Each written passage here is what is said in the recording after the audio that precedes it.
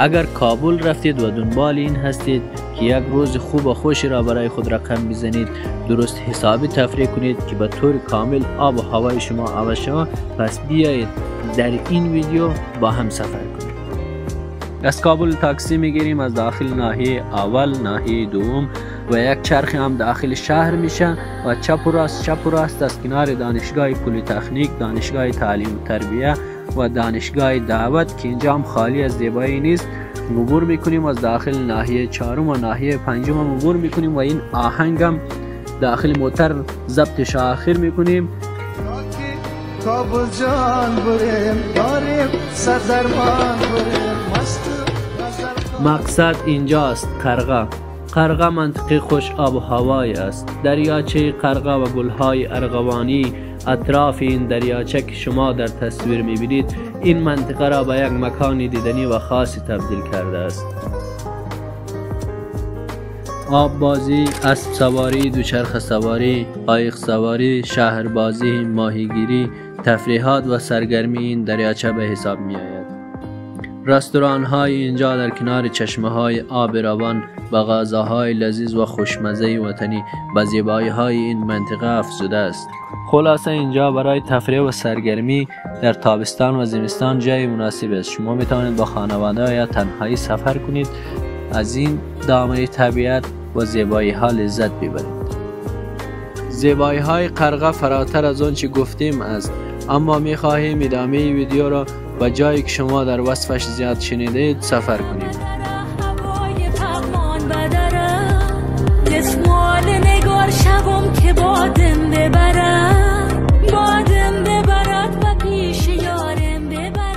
پاغمان یک منطقه زیبا است با طبیعت سرسبز و کوههای سرسبز و زیبا محاصره شده است. پاغمان جذابه و دیدنی های زیادی دارد. پاغمان به دریاچه های زیبا، آبشارها، چشمه ها و آثار تاریخی اش معروف است. چشمه های آب گرم پاغمان خواص درمانی دارد. سرسبزی، آبشارها، رستورانها، باغهای میوه پاغمان سالانه میزبان گردشگران زیادی هستند. خلاصه پاغمان اونقدر زیبا است که در زمانهای قدیم یکی از مکانهای تفریحی شاهان افغانستان بوده است.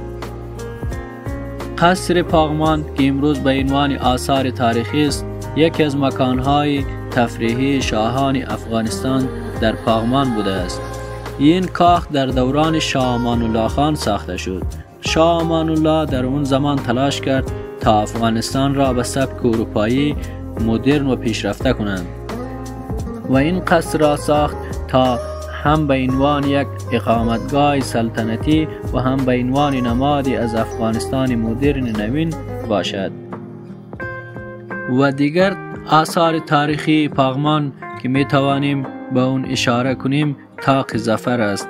اگر برای واحد پلی افغانستان دقت کرده باشید، عکس طاق ظفر را می بینیم که اون هم در زمان شاه امان الله در سال 1919 ساخته شد تا یادبود برای استقلال افغانستان باشد. خوشحالم تا آخر ویدیو با من همراه بودید. برای حمایت از کانال حتما لایک بزنید.